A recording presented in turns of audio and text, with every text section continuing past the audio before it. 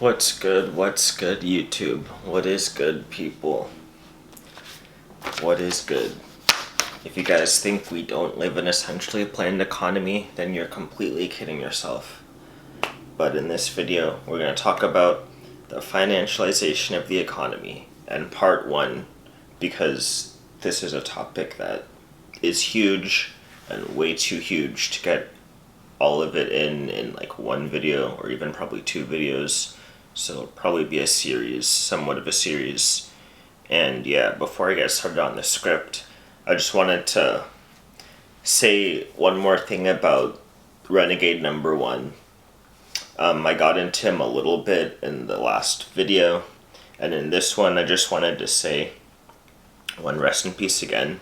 And another thing, my buddy Yoy Man, my friend, he had something to say about the whole situation that kind of like really made me think, and I just wanted to kind of share with you guys. So he said that basically if someone commits suicide, like Renegade number one a few months ago apparently committed suicide, Yoy Man was saying if you have the capacity to commit suicide and to face the unknown of basically death, because no one knows what happens after death, right? I mean, everybody has their religions. If you are religious, some people, think it's a complete nothingness, but no one knows for sure. So if you have the capacity to face that unknown in terms of life after death or in terms of death in general, nobody really knows, including yourself, about the capacity that you had to face the unknowns of life. So if you're able to face the unknown of death, then you have a large capacity to face unknowns, and just unknowns in general. And then in life there's like a lot of unknowns, so you gotta I guess I don't want to say you gotta, but just anyone who's like thinking about doing stuff like maybe like ending oneself, if that's something that you're thinking about, if you have the capacity to face the unknown of death like that, then you also have the capacity, and you have an even greater capacity to face unknowns of life too. So yeah, I guess that's a really around the way of saying that, I guess, just don't give up yet, basically, if you're at that point in the black pill knowledge part, because yeah, the black pill knowledge is something that can get you to that, like just thinking about that step. So yeah, that, I guess, rest in peace to Renegade number one. I just wanted to say that, like, there's a lot of potential. I think about things in terms of biology mainly, but also physics, and there's just a lot of potential energy in someone like a Renegade number one. And if you are similar to that, just understand that you have a lot of potential energy too, I guess. Okay. Without getting too, I don't like to get too like emotional or like feelings or whatever, so I'll just leave it there. But yeah, that was that. Rest in peace also. I have to say that again. But okay, we'll get into the script here now. And like I said at the beginning of the video, if you don't believe that our economy is essentially planned, then you are just simply kidding yourself. But I'll just get into the details here. So the financialization of our economy. I've been reading this book by Ray Dalio called Principles, and Ray Dalio, he's the manager of the largest hedge fund in the world. So, I mean, this is coming straight from the horse's mouth. I mean, like, straight from the horse's mouth, guys. That's a very interesting book. If you guys ever are in need of a book to read or anything, or just want to learn more about the financialization, like, he goes over like a lot of his life and a lot of his work in that book. And just because of that, I do like Ray Dalio. you could say what you want about him being a hedge fund manager and all that, but the fact that he just wrote it all down and all these interviews that he's dropping on YouTube, like I can't help but like the guy, honestly. But yeah, the financialization of the economy. I believe that this phenomenon began in earnest in the 1980s, but let's just go back before that to understand why it began in the 1980s. And we're going to be talking about like bond markets and bond sales in this video. That's part one. So after 1971, the world began its journey with floating currencies after Nixon suspended the convertibility of the US dollar into gold. That's a direct quote. So with this act, it was only a matter of time before inflation took hold of economies throughout the world. And why is that? Because that didn't have to happen, but why did it happen? Because the US dollar was the world reserve currency. That's why it happened. And how? How did it happen? Because after World War II, the United States distributed US dollars, Federal Reserve notes, around the world in the form of loans to help countries rebuild after getting destroyed in World War II. So because the war mostly took place in Europe and Africa and Japan, and like basically Japan also, and like those Pacific islands, the US infrastructure was left relatively unscathed because bombing didn't occur in the US, like mainland itself.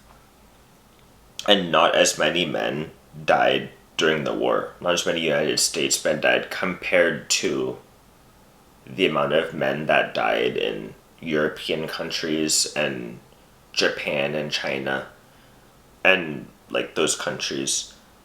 So not as many men died from America during the war.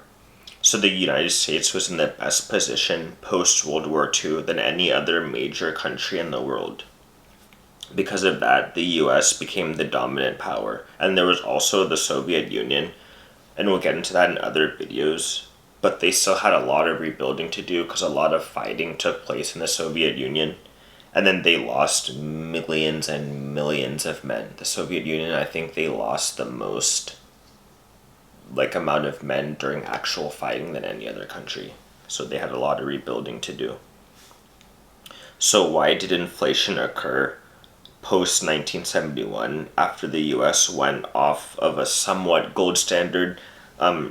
Technically it wasn't a gold standard in the strict sense, but it was kind of a gold standard. And why did inflation occur after they went off that standard? Because the US began to print money, quote unquote, without linking it to anything except itself. So the US government printed money and linked it to their capacity to pay back that money. And how did they do this? So the United States Treasury issued bonds. A bond is a promise to pay back at a later date. That's all a bond is. Bond short for bondage. I don't know if you guys have heard that, but it's a promise to pay that money back at a later date plus interest, essentially. So bondage. To that agreement. So they issued bonds to central banks around the world, including the United States' own central bank, also known as the Federal Reserve. So this meant that the United States government promised to pay countries back later if they bought US bonds. So that meant other countries would give the US money now in the form of them buying bonds, so giving the United States money in exchange for that money back plus interest at a later time. So theoretically the US would pay back that money plus interest to whatever entity bought the bond at a later date. So what happened though in the actual US economy while this money was being moved around? Because in order to pay back those bonds, something has to be, like the US has to have a way of making money, right? The US government has to have a way of making money in order to pay back those bonds. And they have to have the confidence that they'll be able to make more money back over time because they have to pay the money back with interest. So they have to be able to make more money from that money that they got from the sale of the bond. Theoretically, just like if anybody borrows money, it's the same as if you borrow money or if I borrow money as an individual. So what happened though to the actual US economy while that money was being moved around? Companies were moving their production or to different countries due to cheaper costs of labor, mainly China, due to cheaper costs of labor in other countries. And then they would export these products back to the United States. So oftentimes they would do the planning of the product and the managing of the logistics in America. They would send the plans overseas to factories in different countries in order to manufacture the product, and then they would send the finished good they would send it around the world, but the US had the biggest consumer base, so then they would send their product back to the United States. So what did that mean? That meant that the United States citizen was now becoming a consumer to a greater extent than they were a producer. Because everyone can be a consumer, but in order to be a producer, you need to have a job, own a farm, own some means of production, or work for somebody that owns some means of production. And that's why I say be a producer and try to own your own means of production. Because, especially in this day and age, because if you rely on another, a company or some job, where they have the means of production, they can just offshore their production, and you're left with having to either find another way that you can help produce something, or just get means of production yourself and try to produce yourself. So I just say skip that shit and just try to produce yourself. But yeah, going back to the script. So the US citizen was now becoming a consumer to a greater extent than they were a producer. So when this happened, the US citizen had less money to pay the government in taxes, which means the government has less money coming in, they have less revenue, which means that they have to issue more bonds to cover their expenses, as well as their interest obligations from previous bond sales. So the government, they have expenses, so they have to pay government workers, they have to pay for government programs, and then oftentimes a president, in order to get into office, in order to gain favor, and senators and House representatives do this too. They promise things to voters and then pass bills which require even more spending. So they have obligations from the past, things like Social Security, for example, paying retirees, and different things like that from the past. They have the bonds the interest on the bonds that they sold that they have to pay back. So the money that they got from other countries, they have to pay that back with interest. They have those obligations, and then oftentimes they add on new programs that they have to spend money on. So they have multiple things which they have to have money in order to service and or fund. So what happened was that they had less revenue coming in from people paying taxes because a lot of these people didn't have jobs anymore. So they didn't have money, they didn't have the same amount of money that they used to pay back to pay the government in taxes, if that makes sense. So the only thing that the US government could do was to issue more bonds and more promises to pay back later, essentially. So you heard kicking the can down the road. That is what people mean. They kicked the can down the road. I'll pay you back later. Like moving money around. I'll pay you back later. I'll pay you this interest now. I'll pay you this interest now. I'll pay you back later. Like, okay, we need more money to service like these bonds. So here's your money. Here's your interest money. Like, I'll pay you back later. Okay, here's the money from like what I just got from paying somebody else back later. Like, here's your money. Okay, we need more money. So sell more bonds. Okay, here's your money. Like, does that make sense? So selling more and more bonds in order to have money to pay back people you previously sold bonds to later. And I think China was among the biggest holders. I think these days, I think the US government is actually the biggest holder of US government debt. I think the Federal Reserve is the biggest holder of US government debt.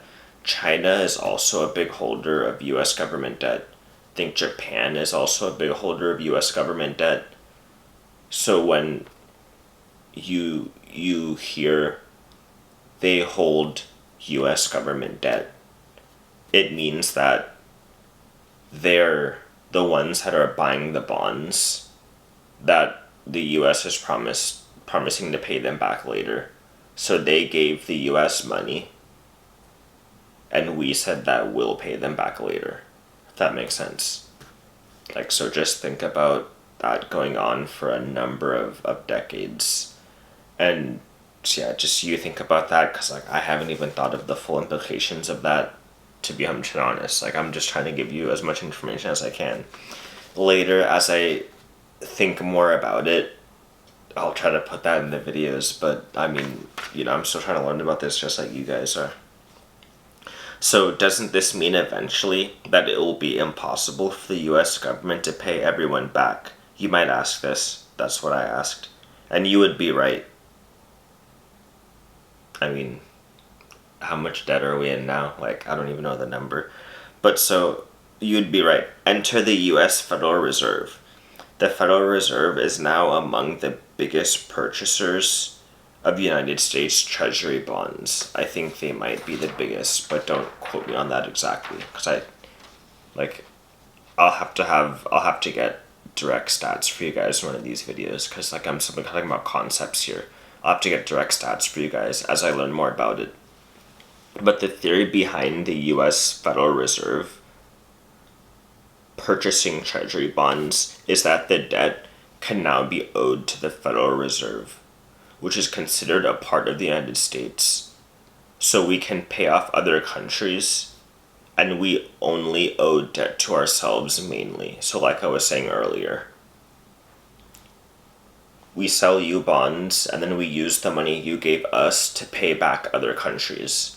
So now, at some point, they want the US Federal Reserve to hold most of the debt and other countries to be paid off.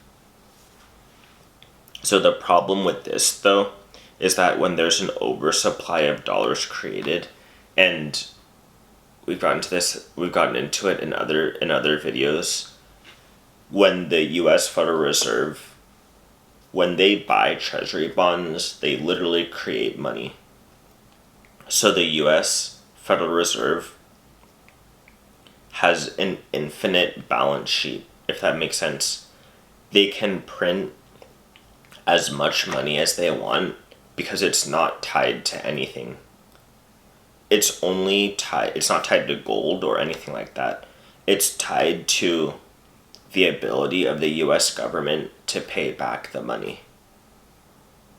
Does that make sense? It doesn't make sense, but does it make sense in terms of like what we've covered so far? Technically, the system doesn't. It's like a pyramid scheme. Like, and that's the most way it makes sense. But dude, does that make sense to you? So the how do I say this? The dollar is tied to people's confidence in the ability of the government to pay them back, essentially, around the world. Like, that's the reason why we're still the reserve currency. And yeah, that's basically, so many people have dollars now that if it crashed, everyone would be screwed. That's essentially what's backing the dollar now. But so when there's an oversupply of dollars created, the value of the dollar is lessened over time. That's just pure inflation. Like, you guys understand that. There's also the phenomenon of an oversupply of US bonds being created, thus devaluing the US bond. So, i.e., lowering the real yield of purchasing a US bond. And if you ever watch Bloomberg television and you see, like, US 10-year, US 20-year, 30-year, like all those bonds, and then, like, it always goes down. The real yield always goes down, and it's been going down for, like, I think decades at this point. It's just been going down. Like, and just based on just pure economics, like supply demand value, it's obvious why it's going down.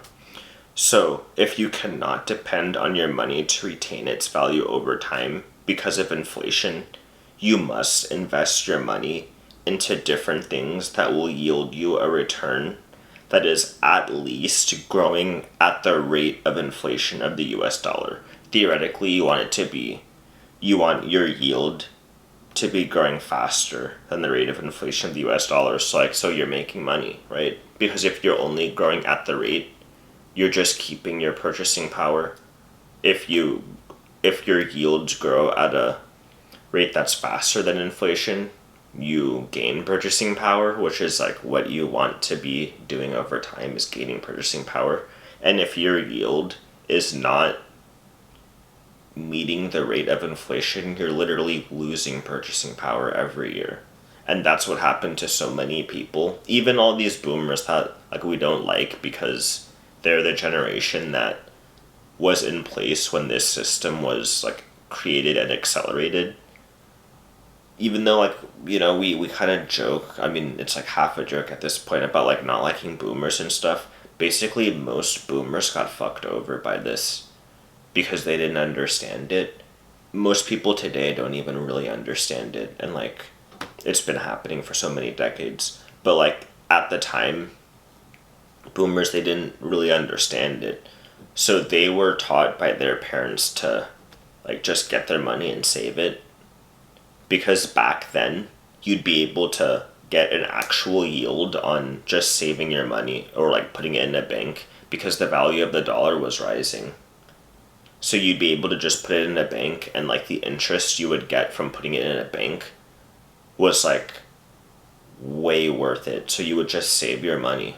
You just make your money, put it in a bank, and, like, just save it. But these days, you, like, you can't save your money because you just lose purchasing power almost daily at this point with the amount of money that we're printing. So you have to invest in things like the stock market, or, like, really just gamble on cryptocurrencies if you want to do that.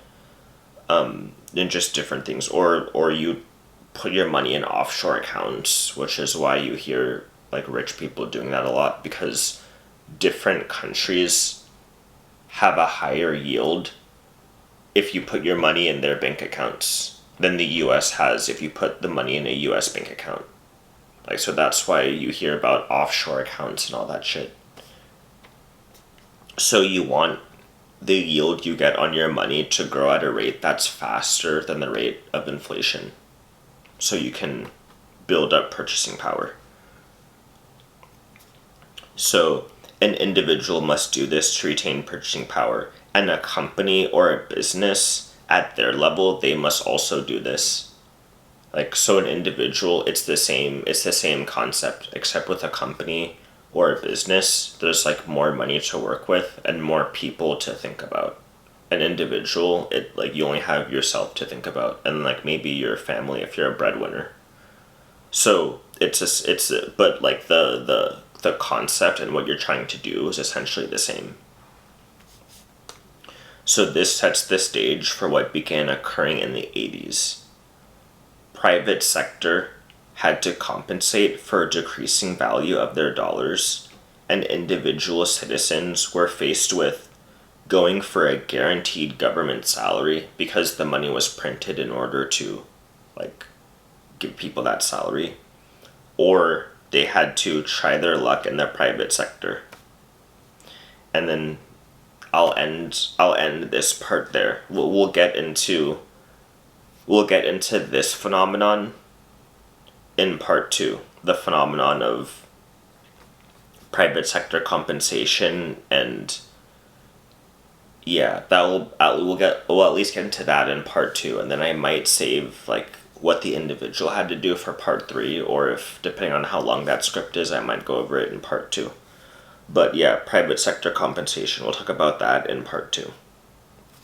But yeah, so that was confusing, and it is confusing. The system is confusing, but you can understand it, and I'm hoping to help you understand it, like with these videos that I'm doing, and I'm understanding it more myself.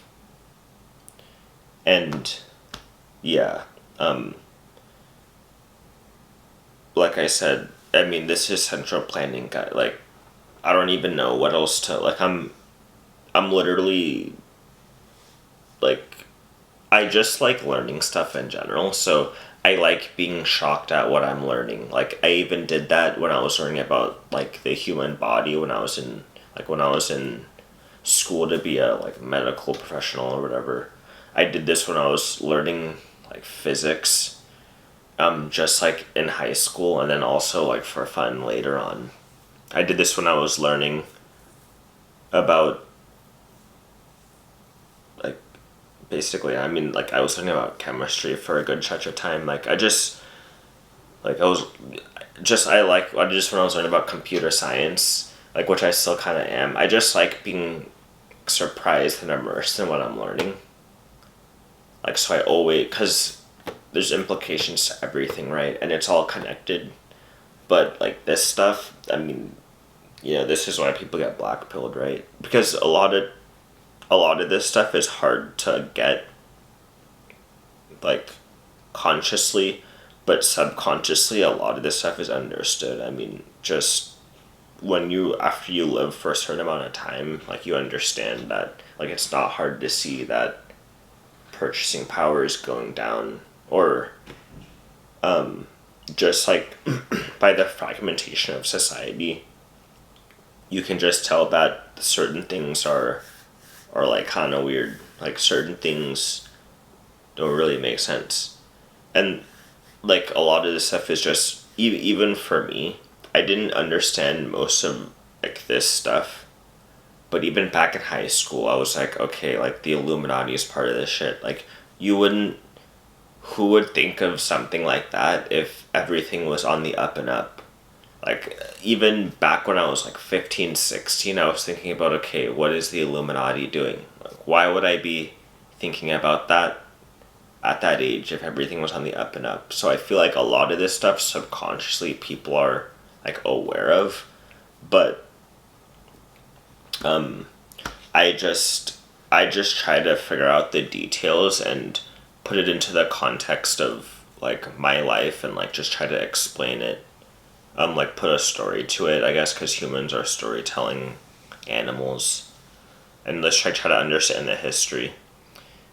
And like I say, technology is deflationary. Like I guess just wrapping it up to like put another random thing here, technology is deflationary, and we are in an inflationary environment that's going to keep continuing. I mean, the Federal Open Market Committee that I just watched their meeting today on Bloomberg, and even Chairman Powell is surprised that inflation got to this level, and his definition of transitory inflation means that we're going to see a rise in prices from like for this year. We're going to see that rise in prices, and then that rise is not going